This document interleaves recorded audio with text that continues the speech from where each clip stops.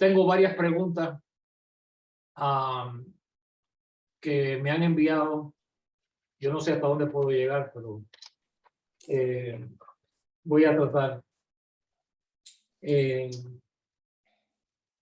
Primeramente, este tiene que ver con el matrimonio y las segundas nupcias, el divorcio. Ok. Esto es un tema que toma mucho tiempo para realmente tratarlo.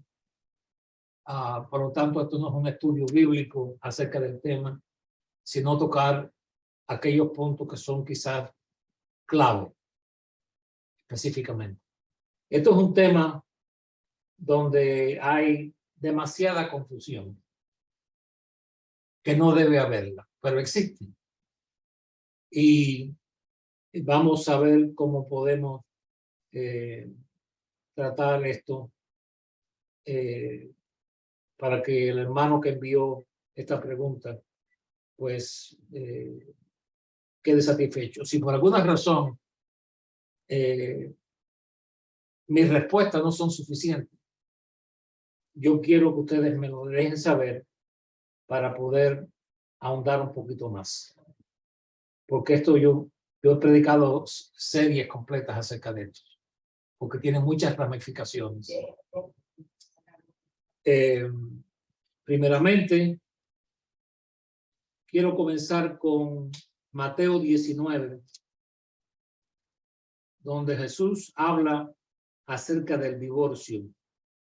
La pregunta es si en un matrimonio donde uno es cristiano y el otro inconverso, la mujer inconversa pide el divorcio y el cristiano se lo cede, dicha mujer se vuelve a casar, ¿puede el cristiano contraer matrimonio con otra persona? Vamos a ver qué nos aclara la palabra de Dios. Mateo 19, versículo 5. No, perdón. Vamos al versículo 3. Entonces vinieron a él los fariseos tentándole. Es importante que ellos vinieron no buscando una respuesta, no queriendo conocer la verdad, sino que es una pregunta con la intención de tentar, de agarrar a Cristo diciendo algo incorrecto, de acuerdo a la ley. Y diciéndole, es lícito al hombre repudiar a su mujer por cualquier cosa o causa. Tenemos que entender la pregunta. Está correcto, está bien. Puede ser que el hombre repudie a su mujer por cualquier causa. Noten que la mujer aquí no aparece. Es el hombre. Él respondiendo les dijo, Cristo muchas veces contestó haciendo preguntas. En vez de decir no o sí, él hace otra pregunta a ellos. ¿No habéis leído que los hizo al principio, que el que los hizo al principio, varón y hembra los hizo? Y dijo, por tanto el hombre dejará a su padre y su madre y se unirá a su mujer. Y los dos serán una sola carne. Otra vez, la mujer no aparece aquí. Es como que el hombre parece ser el punto decisivo. Dice, así que ya no son dos, así que no son ya más dos, sino una sola carne. Por tanto, lo que Dios juntó, no lo separa el hombre. Yo hago una pregunta aquí. ¿Los unió Dios o los unió un papel? Dice aquí, lo que juntó Dios, no lo separa el hombre. Le dijeron, ¿por qué pues mandó Moisés dar carta de divorcio y repudiarla. Nuevamente, es el hombre.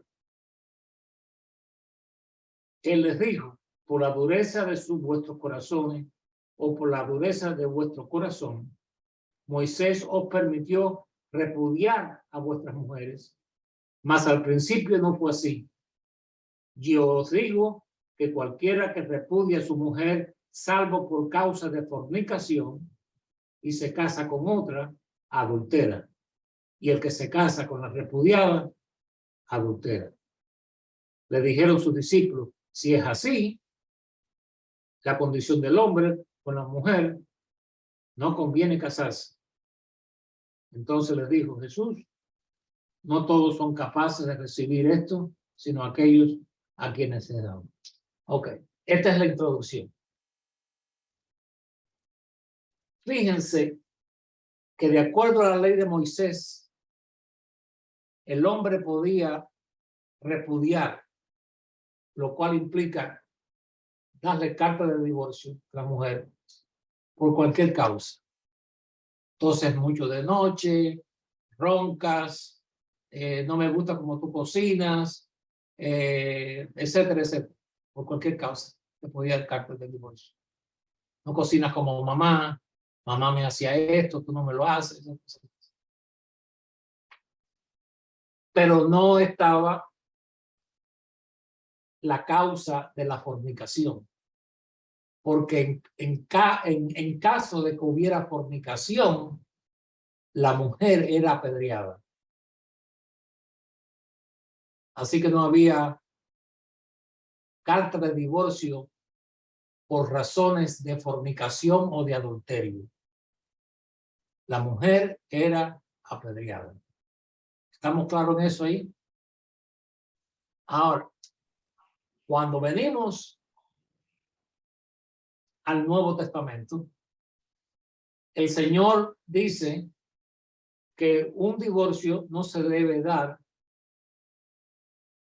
a menos que haya habido adulterio en la pareja. Porque bajo esta dispensación de la gracia no se apedrea a una mujer. Volvemos al tanto, pero al punto, pero ¿por qué siempre la mujer? Bueno, recordemos que en estos tiempos del Señor Jesús era predominante el hombre, el género masculino era el decisivo. Por ejemplo, cuando contaban, nunca contaban a las mujeres. Las mujeres no podían entrar a la sinagoga a menos que hubiera un velo a un lado donde ellas podían entrar y ver y oír.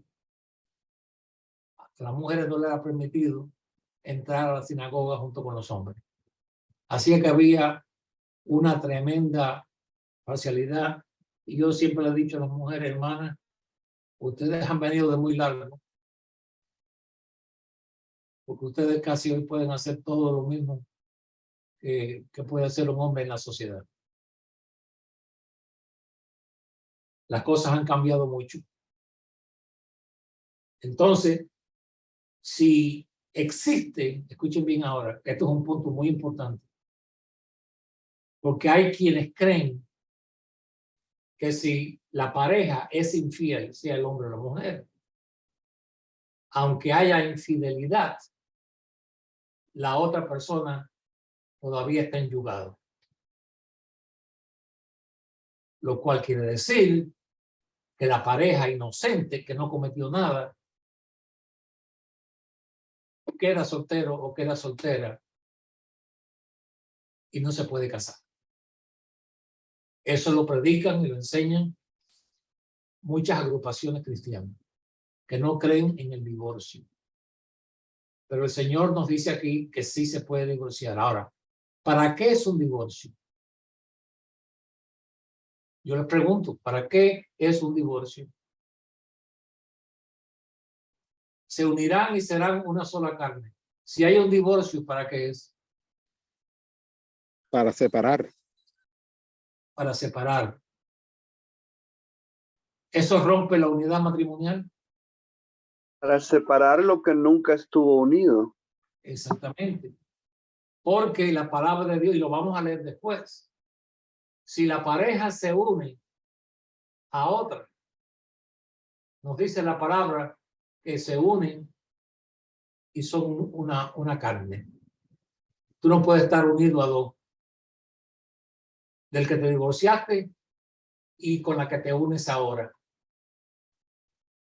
Por lo tanto, el hombre queda libre o la mujer queda libre si es inocente, porque para eso se da la carta de divorcio. Hay algunos estados donde el divorcio no se puede practicar, pero existe la separación legal, que algunos lo prefieren por razones personales. Digo aquí en Estados Unidos. Cada país puede tener diferentes regulaciones. Lo que ha ocurrido es de que se ha abusado mucho de eso. Y la pregunta que el hermano hace es que si el esposo le da carta de divorcio a la mujer y dicha mujer se vuelve a casar, quiere decir que ella es la que está rompiendo la unidad matrimonial, porque se vuelve a casar y al casarse, de acuerdo a 1 Corintios, queda enyugado a esa persona. Y la pregunta sigue siendo, ¿puede el cristiano contraer matrimonio con otra persona? Sí lo puede hacer, porque Dios es un Dios justo y Dios no puede castigar al inocente por causa de la que cometió adulterio y se vuelve, o mejor dicho, se casa con otra persona. Por lo tanto, la persona queda libre, no basándome simplemente en lo que hemos leído aquí. Pero si vamos a 1 Corintios capítulo 7, donde el apóstol Pablo abunda un poquito de esto, podemos ir ahí. Si hay alguna pregunta de esto, lo pueden hacer. 1 Corintios capítulo 7, en algunas Biblias aparece este encabezamiento, problemas del matrimonio. Problemas del matrimonio. En el matrimonio hay problemas. Alguien dice, bueno, en el mío no lo hay. Bueno, hay todo tipo de problemas. Problemas pequeños, problemas grandes y problemas que no se pueden reconciliar. En cuanto a las cosas que me escribisteis, bueno le sería al hombre no tocar mujer. Pero a causa de las fornicaciones, cada uno tenga su propia mujer y cada uno tenga su propio marido. El marido cumpla con la mujer el deber conyugal y asimismo la mujer con el marido. Aquí ya, como esto no es una clase de niños, yo creo que yo puedo hablar libremente, con cierto límite. A veces han habido problemas por esto, porque la pareja puede negarse a la intimidad sexual. Y el apóstol Pablo nos enseña que eso es incorrecto en lo que es la vida cristiana. Ahora, eso da lugar al abuso también, donde la mujer se vuelve como un trapo y se utiliza cuando al hombre le conviene.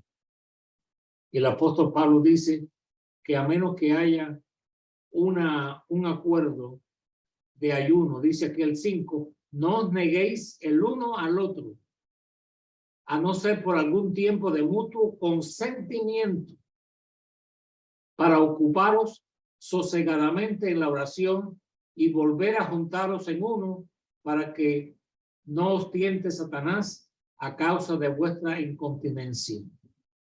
Mas esto digo por vía de concesión, no por mandamiento, porque no hay un mandamiento en la Biblia que lo diga, dice el apóstol Pablo. Quisiera más bien que todos los hombres fuesen como yo, pero cada uno tiene su propio don de Dios, uno la verdad de un modo y otro de otro. Vamos a saltar aquí al versículo, bueno, si vamos a seguir. Digo pues a los solteros y a las viudas que bueno les fuera quedarse como yo, ¿Por qué? Es una pregunta. Pablo dice, yo preferiría que ustedes se quedaran así. Bueno, hermano, es que el apóstol Pablo tenía un llamamiento. Ajá. Y para poder llevar a total cumplimiento ese llamamiento de predicar a los gentiles, Ajá. para mí, el tener una mujer no iba a poder cumplir con su esposo, o su esposa tenía que estar detrás de él, y todo lo que pasó el apóstol Pablo, todo lo que sufrió, no podía ser posible para mí. Vaya, se convertía como, hablando aquí como cubano, un estorbo. Sí, bueno, en cierta medida, pero es que no podía él cumplir en lo mismo que él estaba diciendo de la intimidad sexual y los deberes conyugales. Él no podía cumplir porque él sentía que tenía un llamamiento y no podía estar ligado a mujer. Exactamente, hermano, tienes razón. Versículo 10, pero a los que están unidos en matrimonio, mando, no yo, sino el Señor, que la mujer no se separe del marido. Eso es lo ideal. ¿Eh? Eso es lo ideal. Y si se separa, quédese sin casar. Escuche ahora. O reconcíliese con su marido y que el marido no abandone a su mujer. Y a los demás yo digo, no, el Señor, si algún hermano tiene mujer que no sea creyente y ella consiente en vivir con él, no la abandone. Si ella persiste, no, yo quiero estar contigo. Si una mujer tiene marido que no sea creyente y él consiente en vivir con ella, no lo abandone, porque el marido incrédulo es santificado, mejor dicho, es separado por parte de Dios. Y la mujer incrédula en el marido, pues de otra manera, vuestros hijos serían inmundos, mientras que ahora son santos, desde el punto de vista que no fueron concebidos en adulterio. Pero si el incrédulo se separa, sepárese, pues no está el hermano o la hermana sujeto a servidumbre, que es lo que estaba diciendo. ¿Por qué Dios va a sujetar a alguien a servidumbre si la otra persona o la pareja decide irse o dejarla, o abandonarla, o divorciarse? Si el incrédulo se separa, sepárese, pues no está el hermano, la mujer o la hermana sujeta a servidumbre en semejante caso, sino que a paz nos llamó Dios. Versículo 16. Porque, ¿sabes tú, mujer? Esto es en el caso de que el compañero no sea salvo. Si quizás, hay un quizás ahí, hará salva a tu mujer. Pero cada uno como el Señor le repartió y como Dios llamó a cada uno, así haga. Esto ordeno en todas las iglesias. Ahora, ¿qué es lo que ocurre aquí con esto?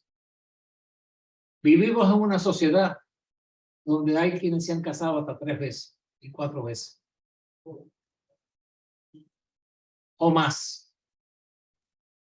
Entonces hay un problema aquí. La persona que ha sido abandonada 3 o 4 veces, si la persona está esclavizada y tiene que reconciliarse, ¿cómo esto funcionaría con las otras mujeres? Es un tema muy complejo. Yo se lo voy a poner en una forma sencilla. Si con esto no es suficiente, entonces el hermano que me escribió o el hermano que está en duda me puede escribir, y entonces yo le voy a dar todo lo necesario. Un cristiano que su pareja le es infiel por causa de fornicación o adulterio, porque aquí está el problema. Bueno, ¿por qué dice fornicación? ¿Por qué dice adulterio? En nuestra sociedad, Dios sabe por qué esto está aquí. Recuerde que ya no es el asunto de que el hombre se fue con otra mujer, porque el hombre pudo haber seguido con otro hombre. ¿Me están entendiendo? Esos son los problemas de nuestra sociedad, que no es fácil. Y existen otros tipos de fornicaciones. Pero estamos hablando aquí de cuál es el caso de la persona cristiana que es inocente ¿Está ella todavía esclavizada a ese marido que tuvo? O en el caso de que ella es la que se va, queda la persona inocente que no hizo nada, esclavizada, que no se puede casar hasta que la muerte los separe. Eso no es lo que enseña la palabra de Dios. Porque cuando el divorcio entra, el divorcio separa, rompe. Y el apóstol Pablo, creo que es en 2 Corintios, habla que el que se une a una ramera, un espíritu es con ella. Usted no puede ser un espíritu con la esposa que dejó o la mujer que dejó el esposo y ser un espíritu con la otra. No funciona, es imposible. Entonces, ¿se puede casar una persona cristiana si el marido o en el caso del hombre, la mujer que ha sido infiel? La persona queda libre. En el Antiguo Testamento, la persona que fornicaba o adulteraba era apedreada. Sin embargo, la persona fácilmente recibía una carta, se llama una carta de divorcio por cualquier razón. Y Cristo elevó esto a que no puede haber una separación, un divorcio por causa de que de noche te veo bien, pero de día no. No, eso no funciona así. Cristo lo levantó, tiene que haber fornicación o adulterio. Eso es todo lo que puedo decir con el tiempo que tengo. Ahora, si alguno necesita más aclaración acerca de esto, me lo deja saber para poder dar paso a otra, con la excepción de que si hay una pregunta ahora.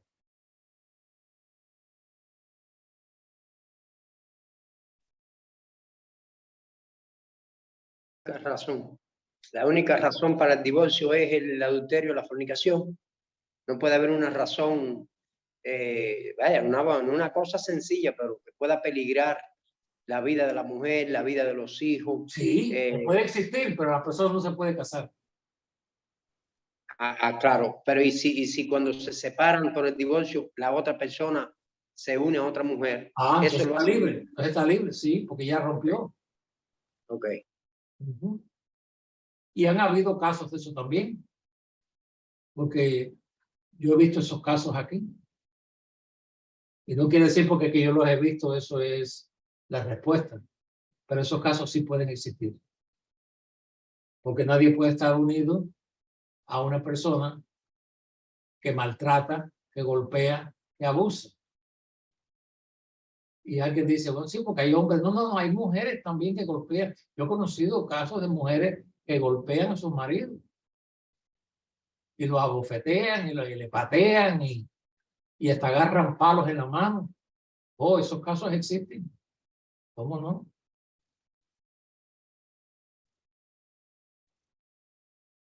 Muy bien. Otra pregunta. Quisiera que comentara acerca de los diezmos,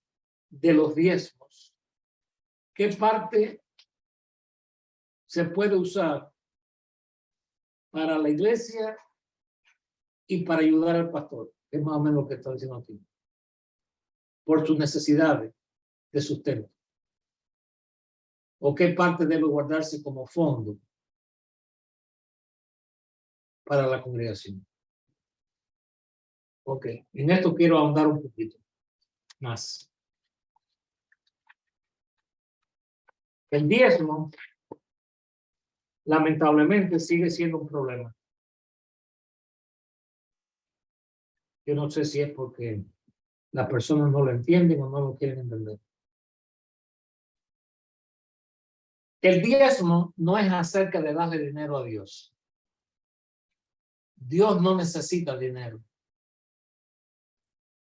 El oro es de él, la plata es de él, los diamantes son de él. El ganado en las 1000 montañas, hay un versículo en inglés que lo dice de esa manera, son de él. Todo es de Dios. La tierra y su plenitud. Entonces Dios cuando habla del diezmo no es porque él necesite dinero o porque él quiera el dinero. El diezmo es más bien dado a nosotros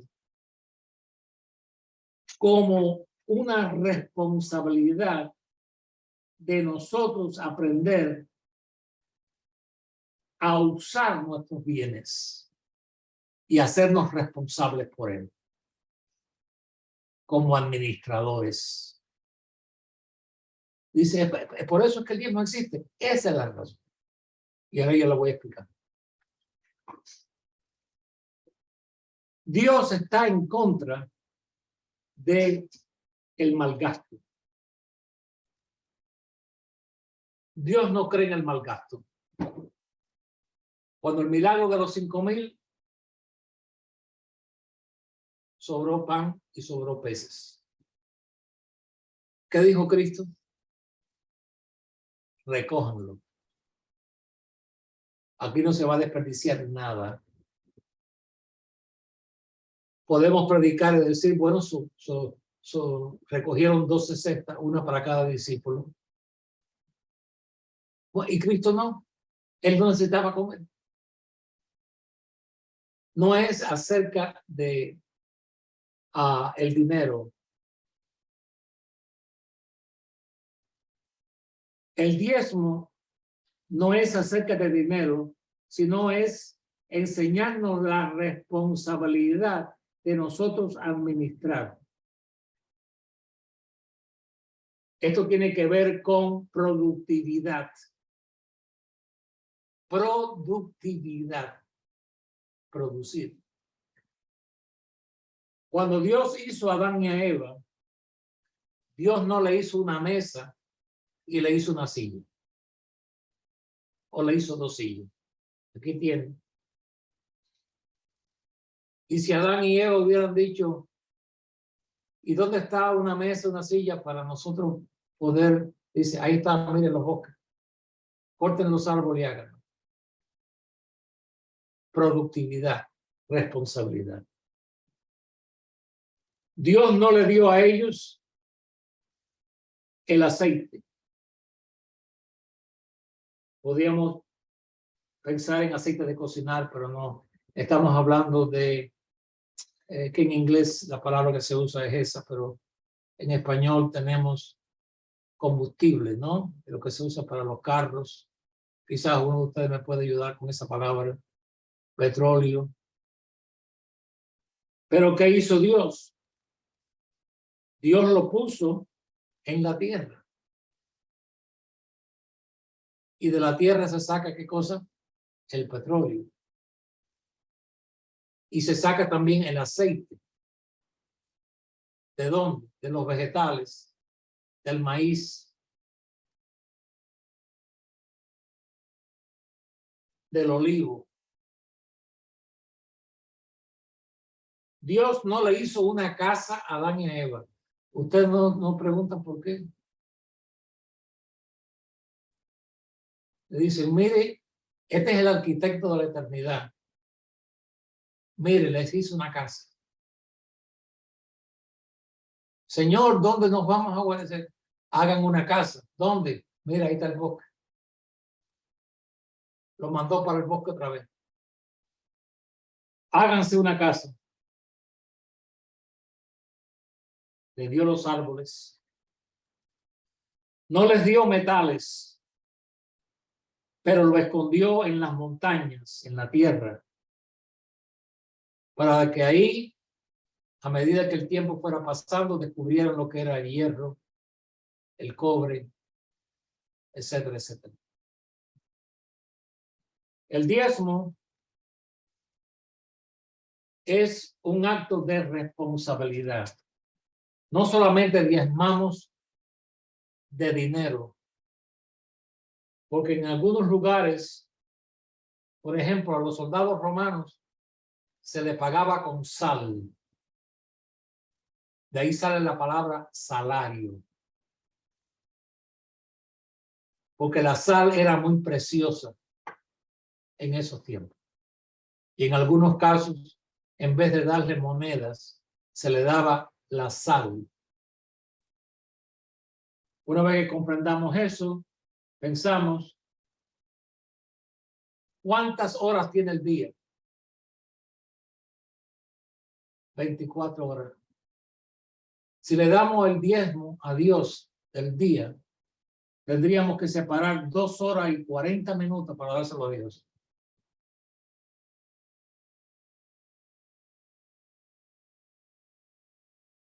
¿Están pensando conmigo? ¿Están usando aquí? Amén. ¿Cuántas personas se les da regalo, pero ellos nos diezman del regalo? Bueno, déjame ver esto, más o menos. No tengo dinero, pero tengo una gallina que pone huevos. Puso 10 huevos, un huevo para el Señor. Porque no siempre hay dinero. Hay bienes. Y en los tiempos antiguos decía, traed los diezmos al alfolí. El alfolí es el granero. Ellos no traían el dinero, ellos traían granos. Traían ovejas. Traían aceite. El producto de estos árboles. Y el alfolí era realmente una palabra para describir lo que es un granero. Entonces, si pensamos que el templo es un granero, imagínense, tenemos que tener gallinas y pollo en el templo y tenemos que tener una serie de... Tenemos que hacer un corral. Pero el Señor nos ha bendecido a nosotros en nuestra sociedad y en otras sociedades donde ganamos un salario. Y de eso separamos el 10%. Ahora bien, la pregunta, ¿pero eso está bajo la ley? Efectivamente. Bajo la ley habían 4 diezmos. Pero antes de la ley, Abraham comenzó a diezmar. Cuando le trajo los diezmos, ¿se recuerdan al rey de Salem, Melquisedec? Y después Jacob, cuando Dios se le aparece allí en aquel lugar que se llamaba Luz, que terminó llamándose Betel, él dijo, de ahora en adelante separaré el diezmo para ti. La ley no existía ley. La ley era un acto de gracia. Cuando Israel se hace como nación, había un diezmo para tratar con las necesidades de los levitas. Los levitas no trabajaban. Se dedicaban completamente a la obra de Dios. Y por lo tanto, una porción o una parte del diezmo era para mantener a los cientos y cientos de levitas que había. Dios dijo, la tribu de Leví me pertenece a mí. Por lo tanto, ellos no van a trabajar en los campos, ellos no van a tener los trabajos de otras personas. Ellos van a trabajar en mi casa. Por lo tanto, van a ser sostenidos. En el libro de 1 Corintios, 2 Corintios, capítulo 9, Pablo dice, se le pondrá bozal. Se le pondrá bozal al buey. Que trilla. Que trilla. Al buey que trilla. Tiene derecho a comer. Entonces, pensamos en el otro diezmo que había. El diezmo que era para la nación de Israel. Era una nación. Y una nación ya hecha necesitaba un tesoro. ¿Por qué? Bueno, tenían un ejército,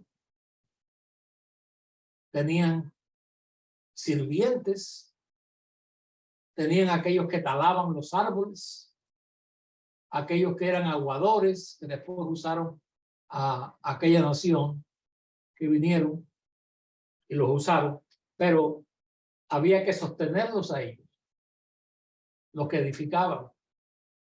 Entonces había un diezmo separado para poder pagarle a los jornaleros.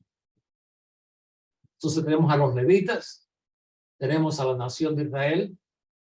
Había el diezmo que se hacía una vez al año, donde todas las tribus se reunían por regiones y traían el diezmo de ovejas, de vacas, de leche, de aceite, y de ese diezmo comían todos en una fiesta. Muchos no se han dado cuenta de eso, pero eso existe en la palabra de Dios. Había otro que era para ayudar a los pobres. Entonces, nosotros no estamos bajo esa ley, pero es una realidad de que aquellos que trabajan en la obra de Dios, dice el apóstol Pablo, el que predica el evangelio, que viva del evangelio, eso está en la palabra de Dios. ¿Que eso se abusa? Oh, sí, todo se abusa. O mejor dicho, se puede abusar. Pero déjeme ponerlo aquí más claro. En una congregación debe haber un grupo de diáconos o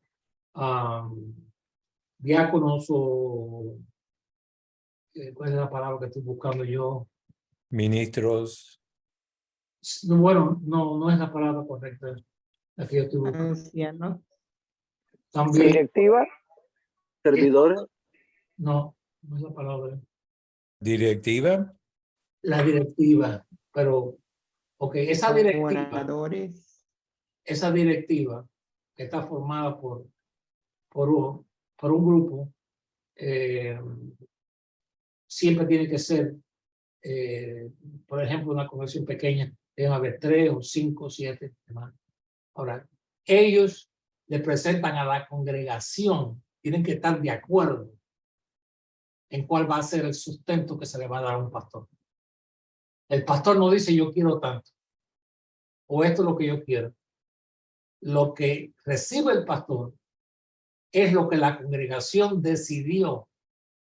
Que dice, pero yo no estuve ahí. Bueno, si usted vino hace 5 años, 10 años, hubo reuniones donde esas cosas se hablaron y todo eso está, realmente hay un secretario que lleva cuenta de todo lo que se habló, de todas las decisiones que se hicieron.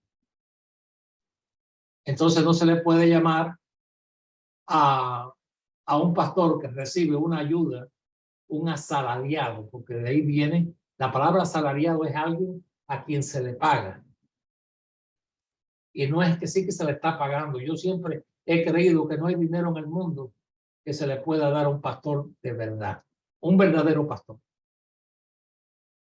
¿Por qué? Porque el pastor cuida de la congregación, debe cuidar de la congregación, vela por la congregación, tiene que darle cuenta a Dios de la congregación, tiene que conocer a sus ovejas, se preocupa por ellas, ora por ellas, las visita, etcétera, etcétera, etcétera. Eso es lo que hace un verdadero pastor de Dios. Y si va a dedicar su vida a eso, yo estuve por años trabajando y pastoreando a la vez, hasta que la congregación decidió, no, hermano, nosotros no queremos que usted esté trabajando más. Nosotros queremos que usted reciba una ayuda, la ayuda de nosotros, para que usted pueda dedicarse completamente al trabajo de la iglesia. Eso lo decidió la iglesia para mí. ¿Cuántos años? Hace más de 50 años de esto. Pero volvemos a este punto. No es el pastor quien decide lo que va a coger. Por eso es que es necesario o recibir. ¿Entienden eso? El diezmo es para que pueda haber una situación, no sé si la palabra correcta es absorbente, o que pueda cubrir las necesidades de una congregación. Y si hay necesidad, Solvencia. absolvencia. Gracias, hermano. Entonces, por eso existe el diezmo. No es fácil predicar acerca del diezmo, pero yo tuve que comenzar a hacerlo. Dios me dijo, yo sé que va a ser difícil para ti predicar acerca de esto, pero tienes que predicarlo porque si no, tú le vas a robar una bendición, porque hay una bendición en dar. Dar y van a recibir. Eso lo dice, es un principio. Usted recoge lo que usted siembra. Usted es dadivoso, usted va a recibir una bendición por ser así. Es mejor dar que recibir también. Y encontramos en la palabra de Dios, cuando el apóstol Pablo estaba en sus viajes misioneros, cuando él le decía, especialmente a alguna congregación, cuando yo llegue, no quiero que recojan ofrendas. Porque esas ofrendas que iban a recoger no era de los diezmos. Era una ofrenda que se iba a recoger para ayudar a los hermanos que estaban en Jerusalén. Y por esto que les voy a decir, no les voy a cobrar nada, esto es gratis. Lo que les voy a decir ahora. La iglesia primitiva, gracias a Dios por ella, cometió un grave error. ¿Qué fue el error que cometieron ellos? Que cuando ellos se convirtieron, no había que predicar acerca del diezmo. ¿Sabe por qué razón? Porque lo dieron todo. Vendieron sus campos, vendieron sus casas y todo lo entregaban y todo lo entregaban. ¿Qué pasó? Que fue la congregación más pobre que existió. Y tenían que recoger ofrendas de otras congregaciones para sostener a la iglesia en Jerusalén. Un grave error. Por eso es que hay tantas cartas o epístolas poniendo en orden las cosas. ¿Por qué no se predica tanto? ¿Por qué no hay tantas cartas que se hablan en la Biblia de diezmo? Porque estos hermanos estaban dando más del diezmo. Se estaban yendo por encima. Y yo he conocido de hermanos, conocidos por mí, que de ellos mismos quisieron dar el 20% en vez del 10%. Nadie se lo exigió, eso nunca se predicó, pero ellos quisieron hacerlo. Déjame hacerle esta historia. Yo no sé cuántos de ustedes recordarán esta palabra, Quaker. Algunos de ustedes nacidos después del año 60 posiblemente no la conocen, pero en otros países sí. Hermano Fry la conoce, ¿verdad? De la avena, hermano. Sí, Es la sí, que... sí. La avena Quaker. Esta compañía la comenzó un hermano. Y él comenzó a diezmar. Y el Señor comenzó a prosperar su negocio. Comenzó a dar el 20%. Y seguía prosperando. Comenzó a dar el 30%.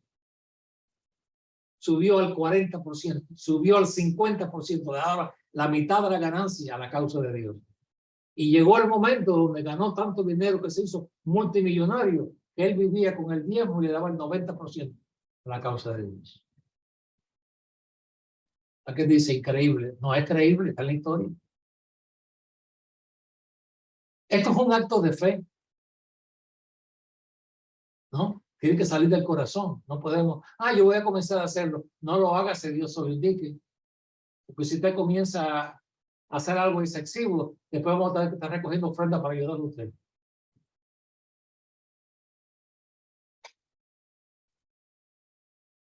Y tenemos otros casos que podemos citar. En una manera, está en la historia. Está en la historia.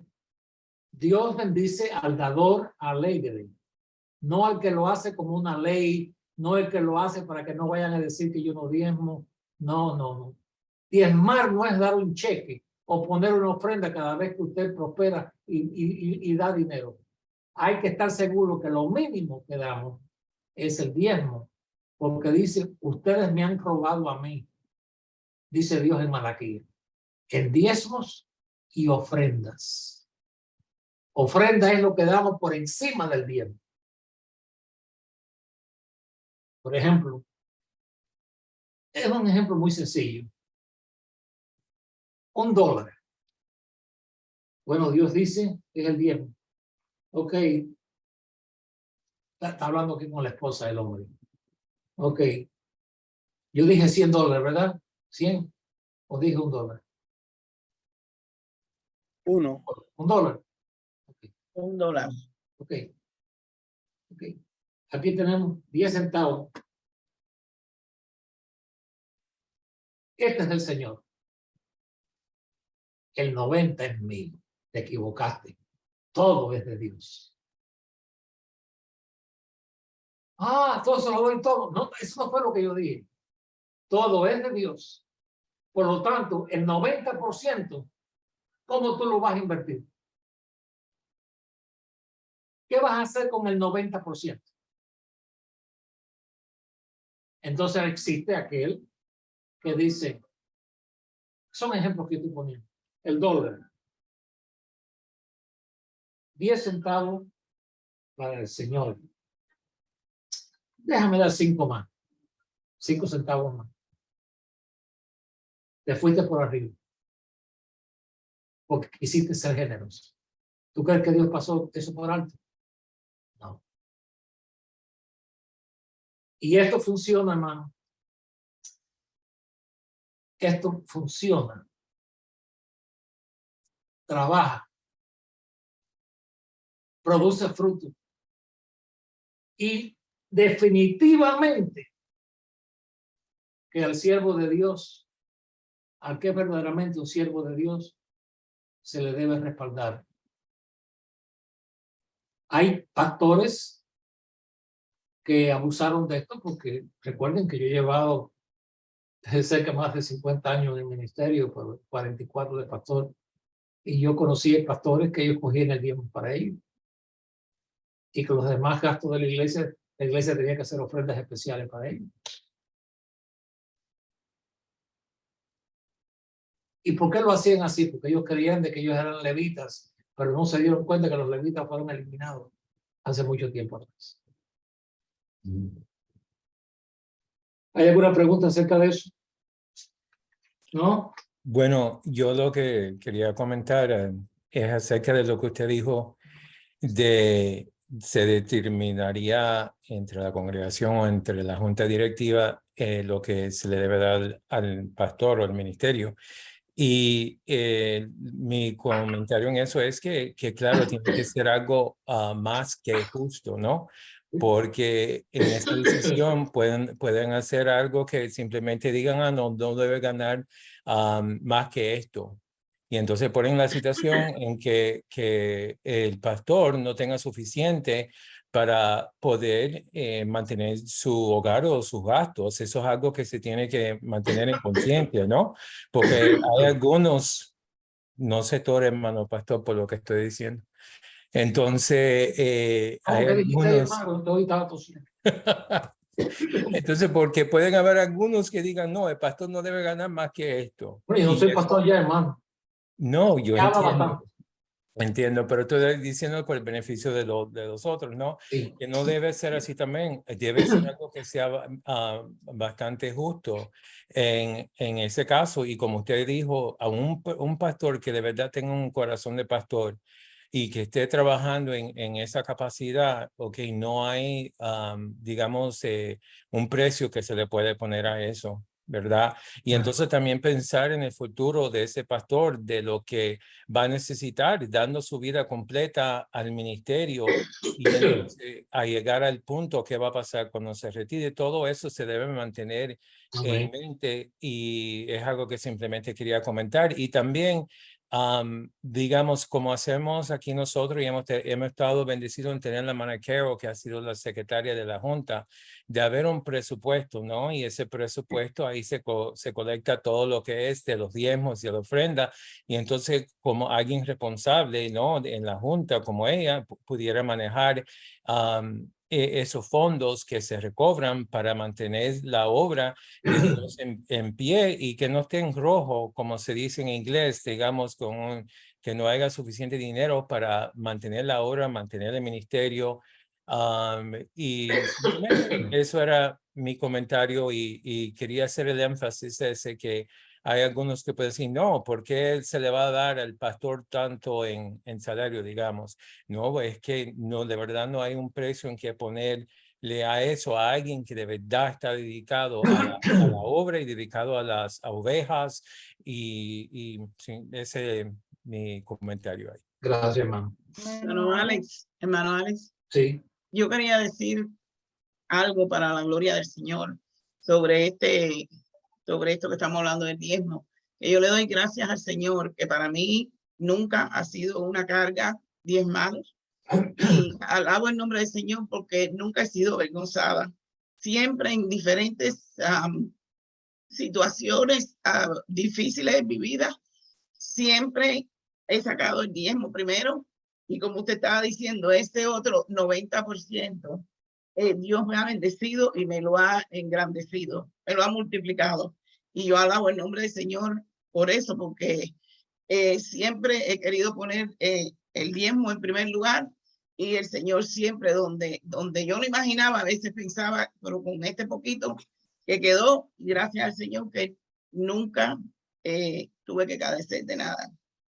Amén. Y le alabo el nombre del Señor por eso. No, Alex. Sí.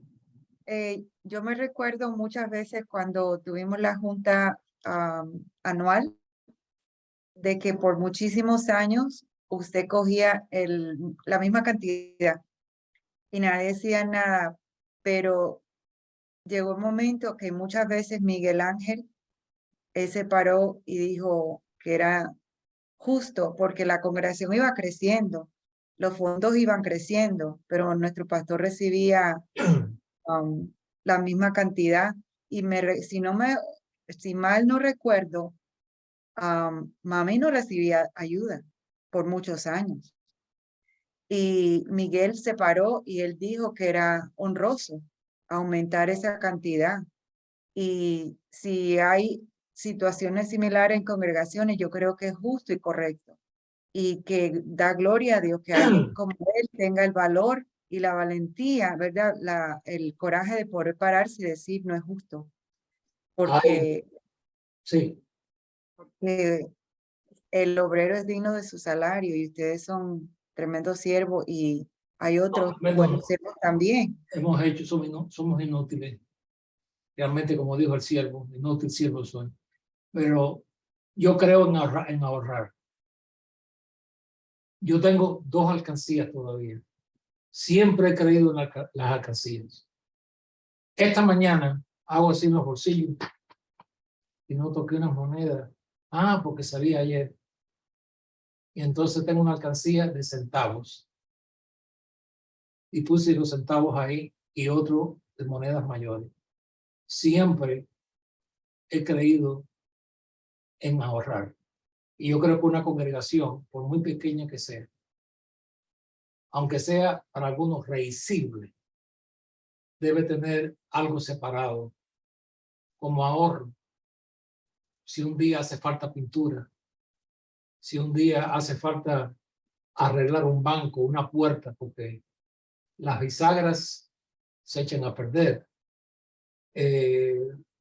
tuberías se rompen, etcétera, etcétera.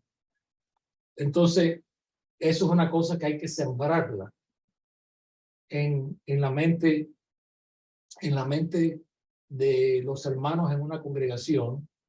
Debe enseñarse, debe predicarse, y yo siempre creí y le enseñé a la congregación, si nosotros diezmamos, nunca vamos a tener que pedir prestado nada. Y efectivamente, yo esto lo he visto que funciona, y es que Dios bendice, Dios honra estas cosas. Yo sé lo que Dios ha hecho en nuestra vida, cómo Dios nos ha sorprendido a nosotros con cosas que no las esperábamos, que nos sorprendieron. Pero Señor, ¿por qué esta bendición? Ni estuvimos orando. Es que Dios lleva cuenta. Dios lleva cuenta. Entonces, no diezmar para mí no es robarle a Dios, aunque está en la Biblia. Uno mismo se está robando. Porque uno está cortando bendiciones que pudieran ser nuestras. Pero por ser negligentes, por ser avariciosos, a veces nos conformamos simplemente con dar por la piel de los dientes, como si estuviéramos bajo una ley. Exacto, hasta el último centavito. Es nuestro privilegio hacerlo. Pero yo me agarro a ese versículo. Dios ama. Dios ama. Dios ama al dador, pero no lo deja ahí. Amén. Al dador alegre. Gloria a Dios. El que no lo hace por imposición ni por ser legalista, sino que lo hace de la abundancia de su corazón. Sí, Señor. Y podemos buscar. ¿Ustedes se recuerdan cuando Moisés estaba en el desierto con el pueblo de Israel? Que Moisés tuvo que decir, no traigan más. Pues no fue Moisés. Perdón, me equivoqué ahí. No traigan más ofrendas, que los cofres están llenos. No Moisés también. ¿Cómo es? Moisés también. También lo hizo. Ok, gracias. Entonces, es una bendición. Es una bendición. A ver si hay algo más aquí. Hermano, permiso un momentico. Sí, Relacionado con lo que usted estaba diciendo. hermano, qué bien te oye desde Cuba. Bueno, de la Cuba del otro lado. Entonces, o La Habana. En el funcionamiento de una congregación, por lo que usted estaba explicando, lleva implícito que debe haber una junta directiva. Definitivamente. Es decir, no puede haber una congregación, aunque sea chiquita y grande, va a depender la junta directiva, si el tamaño o el número sea determinado. Tiene que haber entonces siempre una junta directiva que es el que debe tomar esa decisión. Porque local. Tomar la decisión, porque usted mismo había explicado de que, es decir, la congregación llegó a esa determinación. Sí. Por supuesto, llegó a punto de partida por iniciativa, sea de la congregación o un hermano o de la misma junta directiva, pero tiene entonces que haber obligatoriamente, para que se lleve a cabo, funcione, implícitamente tiene que haber una junta directiva. Y eso es lo que estoy enfatizando en forma de pregunta a usted. Siempre tiene que haber entonces una junta directiva en cualquier congregación. Debe haber, porque si no, el pastor se vuelve un dictador. Ya. Hermano Ale. Como yo lo digo, no, señor. ¿Ah?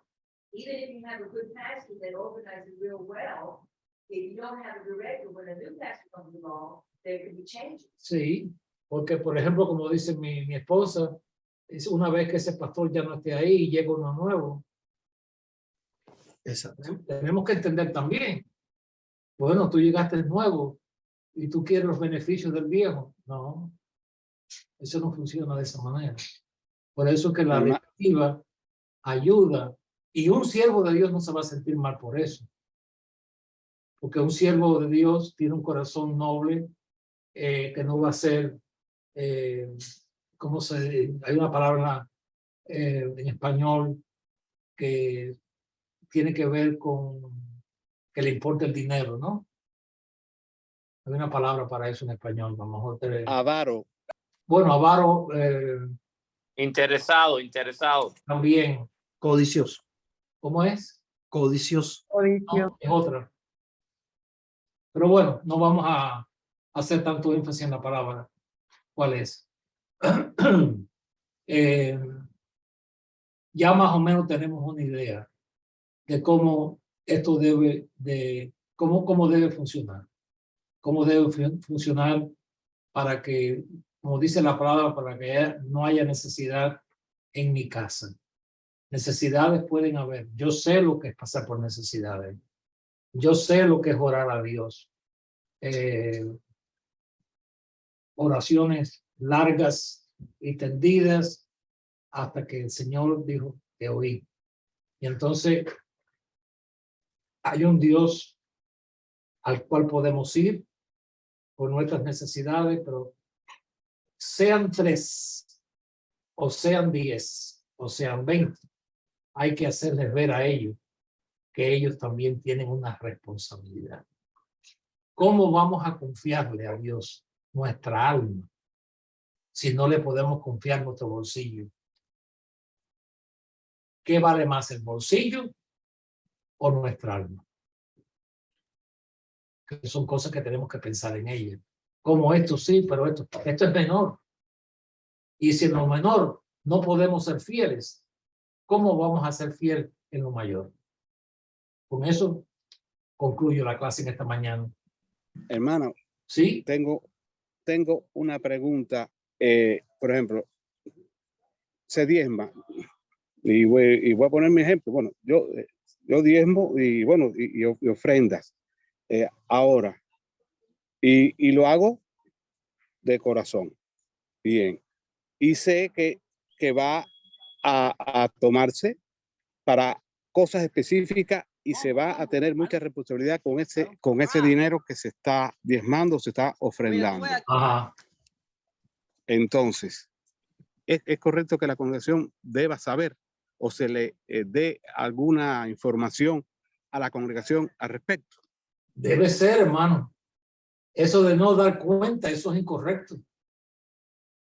Nosotros tenemos una reunión anual donde se dice hasta el último centavo que entró, hasta el último centavo que salió y por qué se usó. Eso es justo. Dios es así.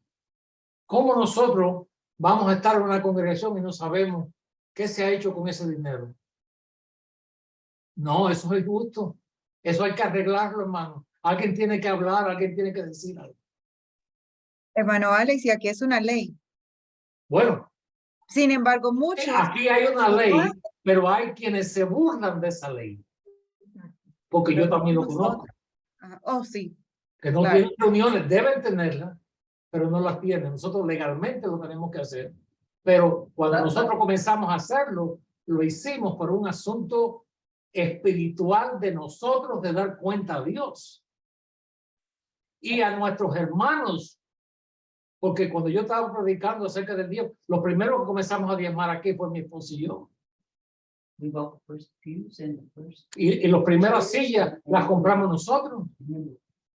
Y los gimnasios y las Biblias. Pues nosotros no teníamos congregación, pero sabíamos que teníamos que dar cuenta. Y desde ese tiempo hasta el día de hoy, por el legado que ha quedado, siempre hay una reunión. A muchos no les importa la reunión porque, bueno, confían en nosotros y yo aprecio eso. Pero, bueno, ya yo no soy el pastor, pero sí, yo, gracias al Señor que confía. Pero si yo fuera, yo estaría en esa reunión. Porque yo tengo, puede ser que yo tenga algo que decir. And apart from that, it shouldn't be so general. The congregation needs to know that they gave to missions, Sí. that they paid their Mi esposa, bills. que es un cuchillo cerca de eso, vino de allá a sentarse aquí en el sofá. Déjame decirle algo más. Tell them they have No to tell. no es, bueno, este año, un ejemplo, voy a dar un ejemplo. Entró $1,000 en diezmo y ofrenda y se gastó 950. Eso no es suficiente. No. Se gastó tanto en esto, en esto, en esto, en esto y en esto. Y hermanos, Hay que desglosarlo, como se dice aquí. y hermanos han preguntado, ¿Tú quieres sentarte aquí? no, pero hermanos han preguntado, ¿por qué gastó tanto aquí? Sí. ¿Por qué hay tanto gasto en esto? Bueno, hay que explicar por qué. ¿Por qué se gastó tanto en esto o en aquello? Eso es lo normal. Es que yo no lo consigo de otra manera. Y yo sé que ocurre, pero no lo puedo concebir aquí. Porque no es justo. Gracias. ¿no? Bueno, ¿Cómo? Carol dijo, en el último meeting que tuvimos, lo ha dicho antes, que cualquiera que quiera ver los libros de la iglesia, de la Sí, finanzas, ahí está. tiene la Cuando libertad. termina la Tiene reunión, los- ahí está el papel. Ahí con está todas las todo, cosas. los recibos, esto, lo que entró, lo que Tiene que ser gastaron. así, hermano. Las cosas de Dios tienen que estar bien limpias. Just like a lamb had to be Limpio. pure and spotless, so. Siéntate aquí. No, no, no, no. Y él dice, no, pero Como una oveja tenía que ser limpia, sin mancha, sin nada. Ahí Nosotros está. tenemos que tratar la cosa de Dios sin mancha, sin preguntas, porque no vivimos, con preguntas. con preguntas, porque vivimos en un mundo que todo el mundo está buscando de suya y se olvida la obra de Dios. Entonces, cuando viene la obra de Dios, si uno es abierta, entonces la persona Abierta. está bien con toda su voluntad a dar. Sería una bendición si alguno de estos temas se hubieran tratado en convenciones. Pero yo no sé si es que el temor es hacerle frente a ciertas cosas, decir ciertas cosas. Pero a mí me gustan las cosas claras. Y trato de, ¿no? De ser lo más abierto que yo pueda. Hasta ahí llegamos. Hermano, ¿Sí? es muy necesario, es muy necesario. Le digo en la parte esta que me toca. Porque, hermano, hay cosas que no se tratan, que nunca se han tratado, que se están ahí. Entonces, yo, quizás es mi preocupación, mi esposa también comparte esto conmigo, porque no hay cosas que no fluyen, que no salen y que son cosas que no deben estar ocultas porque, Sí. porque eso genera murmuración o genera malestar o cierta algo que no debe ser, un sentimiento que no debe ser. Seguro, porque puede existir, nos estamos alargando aquí, puede existir la situación de que hay un fondo, ¿ok? Y el templo no se pinta. Bueno, ¿para qué queremos el dinero? ¿Para decir que tenemos dinero ahí? Es un ejemplo, simplemente un ejemplo. Que hay necesidades, ¿no? La directiva es lo que decide en una congregación local los asuntos financieros, no es el pastor. Bueno, Y quiero decir que ahí aquí, está. aquí en Estados Unidos, por la ley, no es el pastor que va en frente de un Juez. Un juez. va a hacer toda la directiva. Cuando uno compra propiedad aquí en Estados Unidos para la iglesia, es el junto que tiene que la junta que tiene que poner sus casas en riesgo para comprar la propiedad. Ajá. No es el pastor solo. Es La- todo el junto legal que hay. En otros países las leyes pueden ser diferentes, pero hablando aquí en Estados Unidos, por eso somos tan meticulosos con, yo lo digo, hermanos en la iglesia, maestras y diferentes hermanos. Si necesita algo para su clase, su obra que tú estás haciendo para la iglesia, cómpralo, pero dame la recibo. Porque si no me da la recibo, yo no tengo, como se dice ahora, hoy en día. Una manera de comprobar que ese Sí, dinero se pero va. aquí hay un trail de paper. Sí. Un camino de papel. Y si tú no tienes eso y tú pareces enfrente del gobierno aquí, paga tú. Es verdad. Y antes mi esposo ponía gasolina para ir a recoger los hermanos y él se olvidó a coger muchas veces el recibo. Yo le dije, bueno, de la bolsilla de nosotros sale, pues yo no tengo prueba. Ese es el point. Padre Celestial, te damos gracias por este tiempo que hemos tenido, confiando en que no haya creado ninguna confusión, pero que al contrario haya aclarado verdades que muchas veces no se pueden ver en toda su plenitud.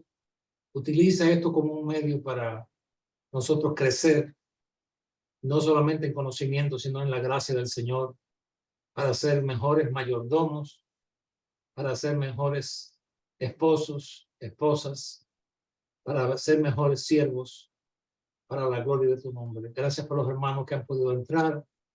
Tú sabes sus necesidades. Tú sabes, Señor, aquellas cosas que no se pueden expresar con nuestros labios, pero están en nuestros corazones. Tú ves lo más profundo de nosotros y por eso nos agrada saber de que tú estás al tanto de de nosotros, Señor, en cada situación. Bendice como solo tú lo puedes hacer. En el nombre de Jesús. Amén. Gracias, hermano.